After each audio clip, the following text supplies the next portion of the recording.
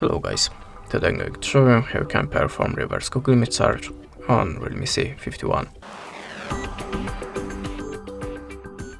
So on this device you have a Google Lens, so it's very easy and quick. Open the Google Photos app in the first step and choose the photo that you want to search in the Google.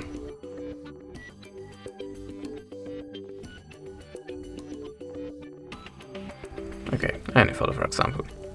Now just click on the Google Lens icon and hold press the search automatically, and you are looking for similar or the same object, like in the photo in the Google Picture database. You can also change the place of the searching area to look for something more specific. That's it. Thanks for watching. Leave us a like, recommend, and goodbye.